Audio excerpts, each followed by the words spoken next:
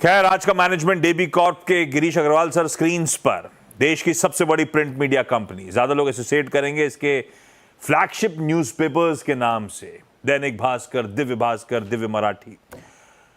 Girish sir, good afternoon. नमस्कार।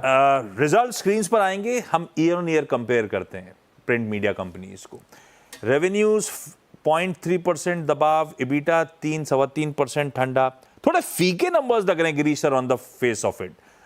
Flat है EBITDA भी, हालांकि मैं फीके कहूं या कहूं ये वाला एक ऐसा लग रहा है नो ग्रोथ क्वार्टर हो गया आपके लिए।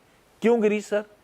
आपको याद हो पिछले साल नवंबर के महीने में मध्य प्रदेश, छत्तीसगढ़, राजस्थान में इलेक्शन थे, तो उस इलेक्शन की जो एक्स्ट्रा रेवेन्यू उस क्वार्टर में आई थी, तो उसकी वजह से ये नंबर आपको इस क्वार्टर के फीके दिख रहे हैं। अगर मैं 1 मिनट के लिए इलेक्शन की बिलिंग हटा दूं इस क्वार्टर में और एप्पल टू एप्पल कंपैरिजन करूं, तो हम लगभग मिड सिंगल डिजिट की ग्रोथ पे हैं।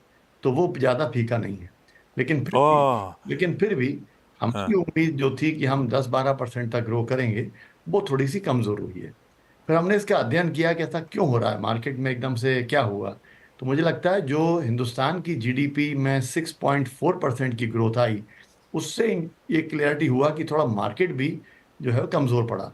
तो अगर मार्केट कमज़ोर पड़ेगा, जो ऑटोमोबाइल हैं, एफएमसीजी हैं, ज्वेलरी हैं, कपड़े हैं, अगर वो नहीं बिकेंगे तो जाहिर बात है एडवर्टाइजिंग थोड़ी सी कम हो जाती है, उसका हम पे इम्पैक्ट आएगा। हाँ, ये पूरी इंडस्ट्री पे इम्पैक्ट है दरअसल। खैर, आपकी रिलीज कह ही रही थी हाई बेस के कारण थोड़ा सा जी। दिक्कत थी, तो ठीक बात है। पिछली बार इस क्वार्टर जिससे हम कंपेयर कर रहे हैं, उस समय कुछ राज्यों के प्रोमिनेंट राज्यों पे जहाँ पे दैनिक भास्कर एक्टिव है, वहाँ पे इलेक्शंस थे तो एड स्पेंड्स का फायदा मिला था। ये फेस्टिव सीजन गिरीश सर कैसा गया? फेस्टिव सीजन अच्छा। और जैसे आपने कहा था, पोस्ट फेस्टिविटीज थोड़ा बहुत एनवायरमेंट कूल ऑफ हुआ होगा, मगर कितना? और फिर आगे के आउटलुक को लेकर, एड स्पेंड्स के आउटलुक को लेकर क्या रुझान बन रहा है अब? देखिए, जो हमारी विज्ञापनदाताओं से बात हो रही है उसमें ऐसा लग रहा है कि फरवरी मार्च अच्छा जाना चाहिए, क्योंकि लोगों को इस बजट से काफ़ी उम्मीद है। और हाँ, इंडिकेट भी हो रहा है, जैसे सरकार अभी वेतन पे जो नया अनाउंस किया है सरकार ने, उस वजह से मुझे लगता है कि सरकार का मूड है कि उनको कंजम्पशन बढ़वाना है। तो इसके लिए कंज्यूमर के हाथ में पैसा होना चाहिए। जो नया वेतनमान आया वो एक इंडिकेशन है उस सरकार की तरफ से। तो मतलब ऐसा कहूँ ना, वो आईटी कंपनीज आके गिरीश सर आजकल कहती हैं हम लोग कॉशियसली ऑप्टिमिस्टिक हैं। नहीं नहीं नहीं, मैं तो आपके केस में आप ऑप्टिमिस्टिक हो? मैं इस तरह के जारगन्स पे नहीं हूँ। मैं तो सिंपल है कि भाई मैं तो बहुत ऑप्टिमिस्टिक हूँ, हाँ, और ये बात मान के चल रहा हूँ कि जो बजट आने वाला है ये वास्तव में हाँ, ऐसा होगा कि जो हाँ। पूरे देश को आगे बढ़ाएगा। तो मैं बहुत पॉजिटिव हूँ। हाँ, तो इसीलिए सीएनबीसी आवाज ने भी कहा है इस बार का बजट मेक और ब्रेक है।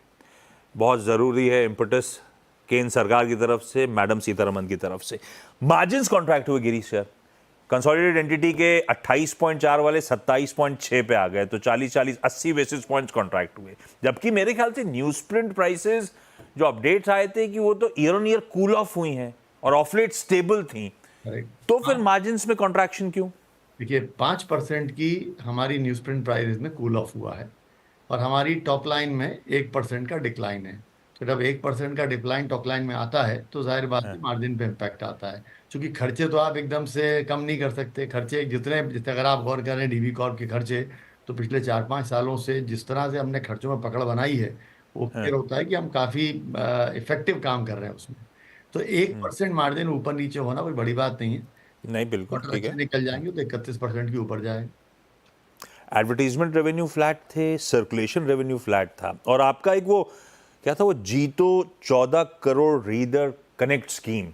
तो अभी सर्कुलेशंस कितना है गिरीश सर, और ये रीच बढ़ाने, कनेक्ट बढ़ाने के लिए क्या स्टेप्स उठा रहे हैं हम लोग, और इस इनिशिएटिव, ये 14 करोड़ वाला इनिशिएटिव जो है, इसका कितना फायदा अब तक मिला है? तो देखिए क्या है, हम लोग पिछले 6-8 महीने से प्रयास कर रहे थे कि हमारे वेंडर नेटवर्क के थ्रू बहुत सारे काम करके कि कॉपीज वापस बढ़नी चाहिए। हाँ। तो ये निकल के आया कि रीडर को एक्साइटमेंट बनाना पड़ेगा। तो क्या है, आजकल आप देखें, भला कपड़ा हो, ज्वेलरी हो, कोई भी हो, भले सरकारें भी हो, सब लोग कुछ ना कुछ एक्साइटमेंट क्रिएट करना चाहते हैं बियॉन्ड दी प्रोडक्ट। तो हमने भी फिर ये हिसाब लगाया कि रीडर को एक्साइट करने के लिए जीतो 14 करोड़ की स्कीम दी है, जिसमें हमारे पाठक 14 करोड़ रुपए तक के उपहार जीत सकते हैं। तो उसके लिए एक एक्साइटमेंट मार्केट में बढ़ा, और अभी जनवरी 3 तारीख को लॉन्च किया, और पिछले 15 दिन में काफी अच्छा प्रतिसाद है इसका। एक चर्चा इसकी काफी स्ट्रांग हो रही है। और इसका देखिए एक ही कारण है, चूंकि न्यूज प्रिंट प्राइसेस कम हो गई, तो आपका एडवांटेज हो गया, हमारे पास सेविंग है। दूसरा, हमारी बैलेंस शीट भी स्ट्रांग है, 1,000 करोड़ रुपए का कैश रखा हुआ है बैलेंस शीट में। तो उसको सब कंसिडर करते हुए कंपनी ने डिसाइड किया कि अब हमें अच्छा खासा खर्चा करना चाहिए सर्कुलेशन को बढ़ाने के लिए। और बल्कि सिर्फ आजकल नहीं, मेरा मानना है हिंदुस्तान के सारे अखबार इस साल खर्चा करेंगे, चूंकि न्यूज प्रिंट हमारे साथ है, खर्चा करेंगे कि जिससे कि हम कंज्यूमर को और मोटिवेट कर सकें अखबार पढ़ने के लिए। ये इसीलिए भी हो रहा है क्योंकि एनवायरनमेंट डायनेमिक है, चेंजिंग है। लोग शायद मोबाइल को ज्यादा प्रेफर कर रहे हैं as a means to stay updated. हालांकि मैं तो आज भी कोई न्यूज़पेपर हाथ में जब तक नहीं पकड़ता तब तक मुझे मजा नहीं आता, तो मैं तो आज भी ट्रेडिशनल मीन्स का इस्तेमाल कर रहा हूं। पर ये मिथ है या वाकई आंकड़े भी ऐसा कहते हैं कि डोमिनेंस थोड़ी सी चैलेंज हो रही है? आपको जान के खुशी होगी कि जिस तरह आपको हाथ में अखबार पढ़ के ही सुबह तसल्ली फील वहीं से आता है मुझे। ऐसे हिंदुस्तान में करोड़ों लोग हैं, हमारे जो करोड़ों पाठक हैं वो अपना दिन अखबार से शुरू करते हैं और उसके बाद दिन भर डिजिटल पे देखते हैं न्यूज। क्योंकि क्या होता है, हर आदमी जानना चाहता है कहाँ क्या हो गया। तो सुबह अखबार से शुरू करते हैं और दिन भर डिजिटल के साथ रहते हैं। तो ये एक जो कॉम्बिनेशन बन गया, ये बहुत अच्छा बन गया है। नहीं नहीं, और डिजिटल ऐसा नहीं है कि डीबी कॉप के डिजिटल की पकड़, मैं आपकी रिलीज ही देख रहा था, उस रिलीज में बड़ा इंटरेस्टिंग प्रेजेंटेशन था। दैनिक भास्कर मोबाइल ऐप और Divya Bhaskar mobile app post Covid से मेरे ख्याल से FY20 ऑनवर्ड्स हर साल के वो आंकड़े हैं, कैसे डोमिनेंस बढ़ते ही चले जा रहा है इन दोनों ऐप्स का। तो इस समय गिरीश सर, डीबी डिजिटल खास थ्रस्ट, खास फोकस क्या? और एक और चीज, डिजिटल का कंट्रीब्यूशन आपके कुल मिक्स में कैसा है और किस तरह की ग्रोथ आप इसमें एक्सपेक्ट कर रहे हो? देखिए, अभी आज की तारीख में करीबन 19 मिलियन यानी करीबन लगभग 2 करोड़ आदमी हमारे ऐप पे अखबार पढ़ते हैं मंथली एक्टिव यूजर के तौर पर। ठीक, और हम उनसे भी पैसे ज्यादा लेते नहीं है। तो हमारा डिजिटल का जो कंट्रीब्यूशन है वो तो 1-2% है टोटल हमारी टॉप लाइन में, तो वो कोई बड़ा अमाउंट नहीं है। लेकिन इम्पॉर्टेंट ये है कि हम पाठक को बोल रहे हैं कि आप सुबह अखबार पढ़िए, तसल्ली से आधा घंटा लगाइए अखबार में, और दिन भर हम आपको डिजिटल पे अपडेट करेंगे। तो जैसे मान लीजिए, अखबार में मेरे आज की तारीख में 6 करोड़ पाठक हैं और डिजिटल में आज की तारीख में 2 करोड़ यूजर हैं। तो मेरा मानना है डिजिटल को अब 6 करोड़ तक पहुंचना चाहिए। अगर मेरे सारे लोग जो अखबार पढ़ रहे हैं और डिजिटल भी पढ़ेंगे तो काफी। ठीक है, प्रमोटर होल्डिंग प्लीज स्क्रीन पर रखिएगा डॉक्टर साहब। गिरीश सर, प्रमोटर्स की होल्डिंग ऑफ लेट बड़ी है जी। पिछले 12 महीने में प्रमोटर्स ने खुले बाजार से माल खरीदा है क्या? नहीं, बहुत ज्यादा नहीं खरीदा है, क्योंकि 75% की सेबी की गाइडलाइन है, तो उसका हम बिल्कुल आदर करते हैं। और होल्डिंग जो भी हमारी 70 से 75% के बीच में ही वेरी करती है। हाँ ठीक है, हाँ नहीं ज़्यादा नहीं, लेकिन हाँ 30-40 बेसिस पॉइंट्स बीच में बड़ी है प्रमोटर्स की होल्डिंग, इसलिए मैंने कहा वो सवाल उठाया जाए। अच्छा, जाते जाते एक और सवाल, पता है मैं जब CAGR कैलकुलेट कर रहा था गिरीश सर, तो फिर मैंने वो दिखाया नहीं स्क्रीन पे, क्योंकि FY24 FY23 के ओवर बहुत अच्छा एक्सपेंशन मार्जिन वगैरह में डिलीवर कर रहा था, तो सारे समीकरण बदल गए थे जी FY24 में। तो अब ये जो FY25 बचा हुआ है और FY26 का किस तरह का आउटलुक है, किस तरह की ग्रोथ प्रॉफिटेबिलिटी आप लोग पेंसिल इन करके चल रहे हो, back of the envelope calculation रख के चल रहे हो?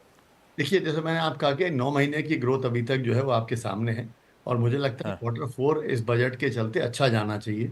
और अगला साल मैं काफी पॉजिटिव हूँ 3-4 महीनों से। पहला, हमारे साथ साथ सरकार के लिए बहुत इंपॉर्टेंट है कि देश दौड़े, तो सरकार पूरा प्रयास करेगी कि कैपिटल एक्सपेंडिचर हो, जिससे कि देश में और तरक्की आ सके। दूसरा, जितनी भी कैटेगरीज हैं जो पिछले 1-6 महीने में माली ठंडी भी पड़ गई हैं, अब उन सबको बाहर आके माल बेचना पड़ेगा। क्योंकि अगर कंज्यूमर माल नहीं खरीद रहा है तो आपको उनको एक्साइट करना पड़ेगा, उनको कन्विंस करना पड़ेगा कि वो माल लें, और उसके लिए हर कंपनी या तो अपने प्रोडक्ट के कुछ रीजनेबल भाव करेगी या प्रमोशन बढ़ाएगी। तो मैं तो बहुत कन्विंस हूँ कि अगला साल तो बहुत अच्छा जाने वाला है। गिरीश सर एकदम कॉन्फिडेंट साउंड करते हुए, बढ़िया है गिरीश सर। और वैसे पर्सपेक्टिव में रखें इन नंबर्स को, अगर फ्लैट ग्रोथ मैंने कह दिया था तो इस इंडस्ट्री के पीयर्स की ग्रोथ तो काफ़ी चैलेंजिंग भी रही थी, तो उस लिहाज से पर्सपेक्टिव रखिए तो ग्रोथ डीबी कॉप की अच्छी। स्टॉक खराब बाजार में भी आज 2/3% मजबूती के साथ ही कामकाज करता हुआ। Girish sir, thank you so much जुड़ने के लिए। क्विकली छोटा सा ब्रेक के उस पर महेश जोशी मार्केट्समिट इंडिया के, उनसे बातचीत करेंगे डीबी कॉप के फंडामेंटल्स और उन लोग के हाउस कॉल पे।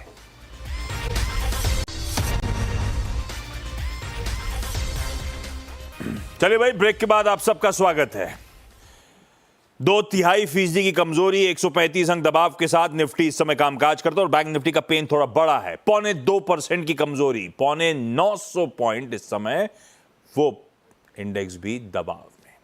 ऑटो एक्सपो चल रहा है दिल्ली में और नीचे लैंडमार्क कार्स के अपडेट्स आते हुए Q3 के।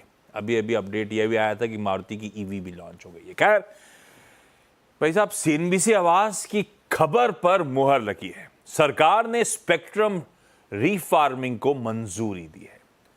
साथ ही सरकार ने टेलीकॉम सेक्टर से जुड़ी हुई शिकायतें दूर करने के लिए संचार साथी ऐप की शुरुआत भी कर दी है। क्या डिटेल्स हैं, क्या चल रहा है, असीम के पास दिल्ली चलते हैं समझने के लिए।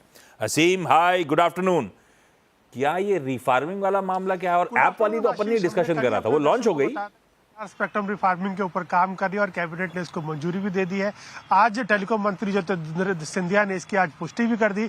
उन्होंने बताया कि कैबिनेट ने 1100 मेगाहर्ट्ज के स्पेक्ट्रम के आसपास रिफार्मिंग को हरी झंडी दे दी है।